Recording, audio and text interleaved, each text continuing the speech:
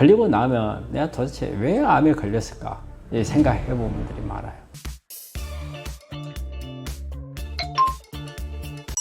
구독자님께서 댓글로 남기신 질문입니다.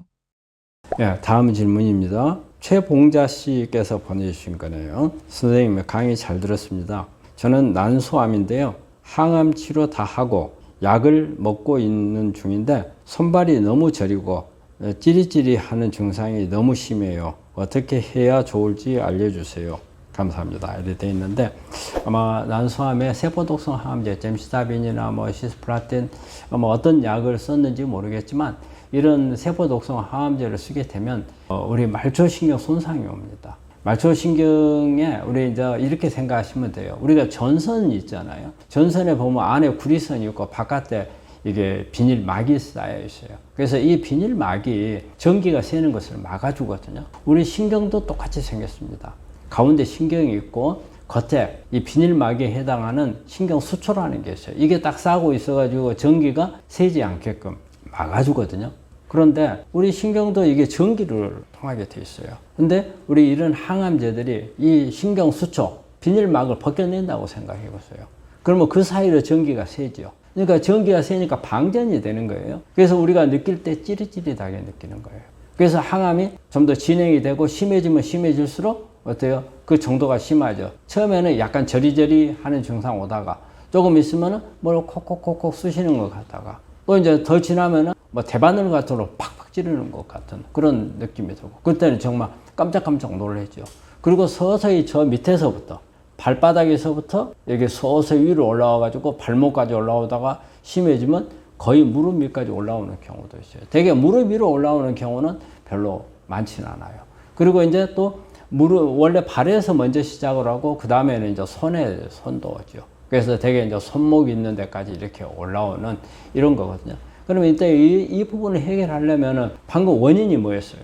이 항암제가 가지고 있는 산화물들이 수초로 벗겨낸 겁니다. 그러면 산화물이에요. 우리가 항암제가 효과라는 것은 우리 몸 안에서 약이 어떤 효과를 내는 것보다는 우리 몸 안에 산화물을 만들어서 이 산화물이 항암 효과를 내는 거거든요. 그러니까 이 산화물들을 제거해야 되겠죠. 그러니까 항산화제를 쓰는 겁니다. 이걸 생각해 보세요. 먼저 벗겨지기 전에 벗겨지지 않게 하는 것과 벗겨지고 난 후에 이것을 다시 비닐막을 씌우는 것은 비닐막 씌우는 게 더 어렵죠. 네, 그렇기 때문에 이런 치료는 그런 항암제를 이런 손발 저린제 말초신경염 증상이 올 수 있다고 하는 항암제를 쓰게 되면 오기 전부터 예방을 해야 됩니다. 근데 이제 이분 같은 경우는 이미 와버린 분이거든요. 그러면 이제 시간이 오래 걸립니다. 되게 짧으면 6개월도 갈 수 있고 아니면 몇 년 갈 수도 있어요. 그렇기 때문에 지금부터라도 항산화제를 많이 쓰시는 게 좋아요. 이때 이제 주로 많이 쓰는 항산화제는요, 알파리폴산. 우리가 당뇨 환자들한테 치욕자 시대를 약을 씁니다.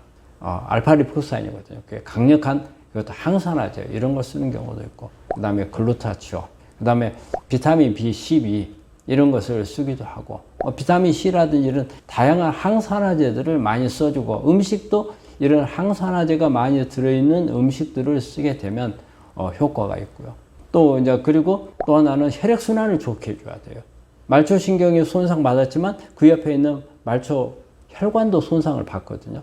그러니까 산소 공급이라든지 이런 부분들이 잘 안 되게 되면 말초신경은 더 예민해집니다. 그래서 더 심해져요. 그렇기 때문에 혈액순환을 좋게 해주는 거예요. 그리고 이제 족욕이라든지, 그 다음에 이제 반신욕이라든지, 이런 것도 상당히 도움을 되겠고, 미지근한 물이다. 근데 이럴 때 특히 조심해야 되는 게 뜨거운 물 조심해야 됩니다. 우리가 말초신경 손상이 오면은 이런 아픈 증상도 있겠지만은 이게 감각이 둔해져요. 그래서 뜨거워도 뜨거운 줄 잘 모르는 수가 있어요. 그렇기 때문에 항상 뜨거운 물을 온도를 확인하고 발을 담그는 게 좋을 거예요. 그래서 우리가 대개 39도 정도가 좋아요.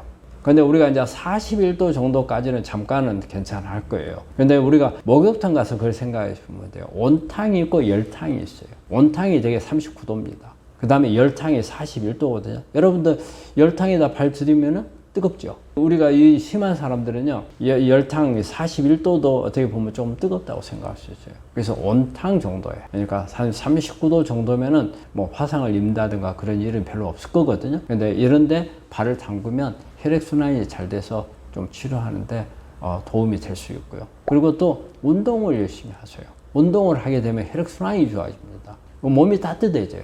몸이 따뜻해지면 혈관이 늘어나요. 그래서 혈액 공급이 잘 되면 이런 증상들이 조금 좋아지고요.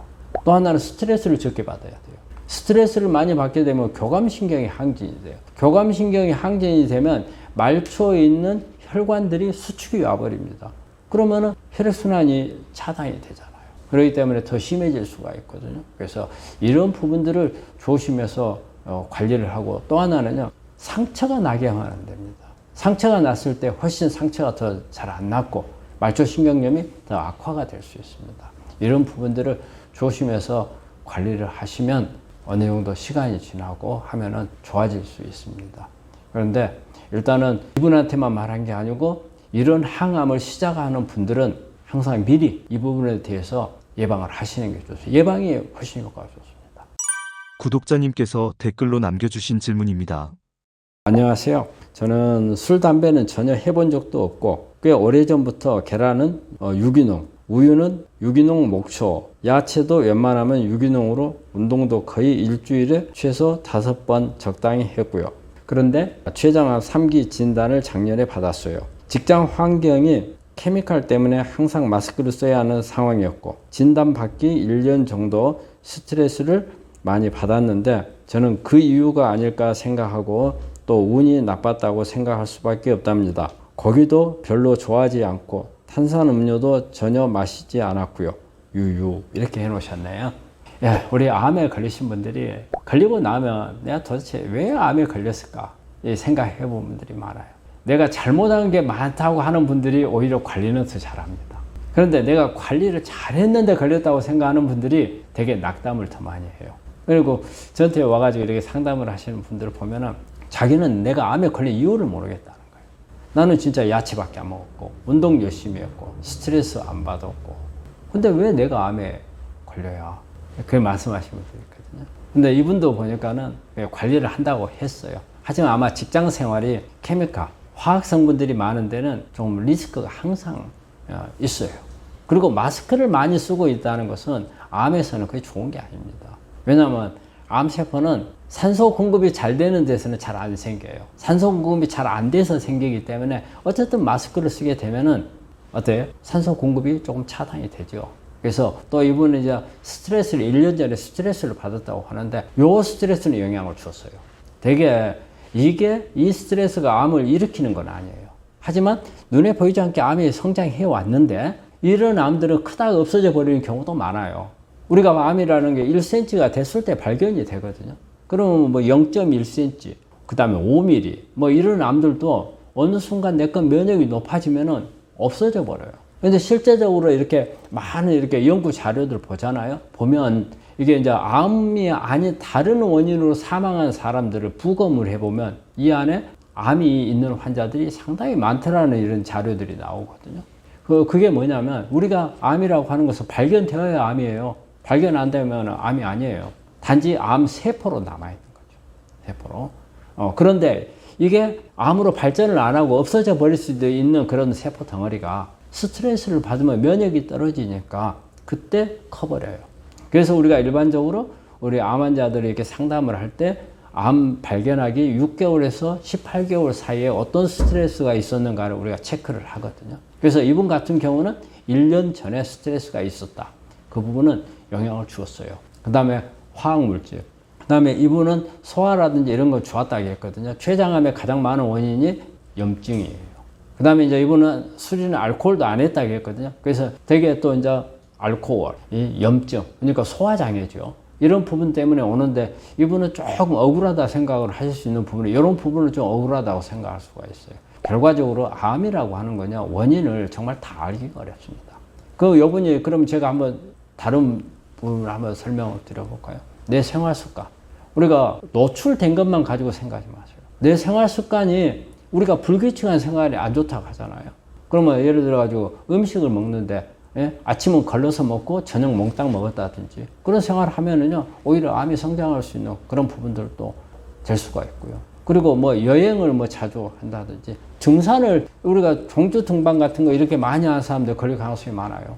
운동도 너무 무리한 운동을 하는 분들은 걸릴 수도 있고요. 그 다음에 우리가 시차라든지 오랫동안 이렇게 떨어진 거, 이런 부분이라든지요. 그리고 내 몸 안에 있는 환경, 특히 내 몸에 어떤 중금속이 있다든지, 검사 안 해보면 모르잖아요. 이런 부분들, 그러니까 원인이 다양해요. 특히 우리 그 암덩어리 안에서 암세포가 만들어졌어요. 근데 그 안에 있는 환경이 내 거 면역세포들이 공격할 만한 환경인가 아닌가, 이런 부분들도 영향을 주어요. 그러니까 우리가 단순하게 생각하는 몇 가지만 가지고 내가 이러이러 했는데 왜 암에 걸렸어? 그건 절대 아니에요. 하지만 이걸 찾아야 돼요. 억울하다고 생각하는 분들은 더 찾아야 돼요. 내가 지킬 건 다 지켰는데 그럼 도대체 뭐가 나한테 문제였는가? 그럼 검사를 해야죠. 다양한 검사를 해가지고 찾으면 나옵니다. 그리고 자기 생활도요, 음식부터 해가지고 쫙 한번 적어가지고 분석을 해보세요. 그럼 내가 뭘 잘못했는가 나옵니다. 본인은 깨닫지 못하지만 뭔가 잘못한 게 있으니까 결과물이 나왔잖아요. 암이라는 결과물이.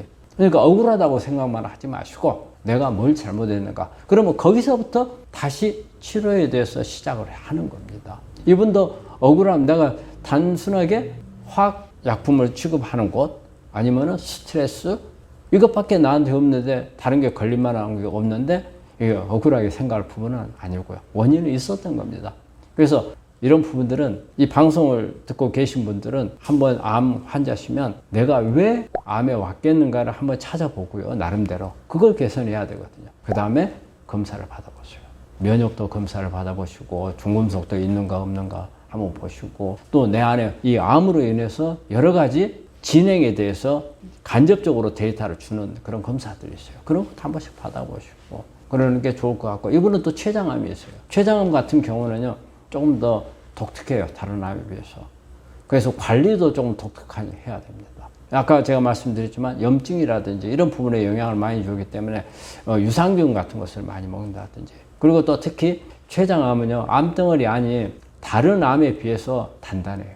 우리가 일반 암을 예를 들어 가지고 일반 암을 나무라고 생각한다면 췌장암은 쇠예요, 쇠. 그렇기 때문에 관리가 이 쇠를 뚫고 들어가서 공격하는 것은 나무를 뚫고 들어가서 공격하는 것보다 훨씬 더 어려워요. 그래서 순한암은 우리가 한 2부 정도 될까요? 훨씬 더 들어가기 쉽겠죠. 그래서 이제 내가 이제 이렇게 단단함을 가지고 비교를 했지만 췌장암은 껍질이 두껍단 말을 종종 쓰거든요. 그래서 좀 더 적극적으로 검사 같은 것을 좀 받아보라고 말씀을 좀 드립니다. 구독자님께서 댓글로 남겨주신 질문입니다. 다음 질문입니다. 김형렬님께서 보내주신 거네요. 박사님, 누룽지탕은 어떤가요? 우리가 이제 환자분들, 저희도 이제 병원에서 누룽지를 줍니다. 누룽지를 주는데 우리가 주는 기준이 있어요. 아무나 주는 게 아닙니다. 식사를 하기 어려울 때 주는 겁니다. 우리가 일반인들이 내가 누룽지를 좋아한다고 해서 저희가 드리는 건 아니에요. 항암을 하거나 이럴 경우에 또 방사선을 하고 나서 구내염 같은 게 오는 분들이 있거든요. 자, 이러면은 먹기가 어려워요. 누룽지가 어떻게 보면은 부드럽게 잘 넘어가죠. 그리고 우리 특히 한국인들은 어렸을 때부터 밥하고 남은 누룽지를 좋아하는 사람들이 많아요. 그래서 누룽지하고는 친숙하고 친밀한 이런 부분들이 있어서 누룽지를 먹는 건데, 이건 이 생각을 했어요. 누룽지는 밥이에요. 그냥 밥하고 같습니다. 오히려 누룽지는 어때요?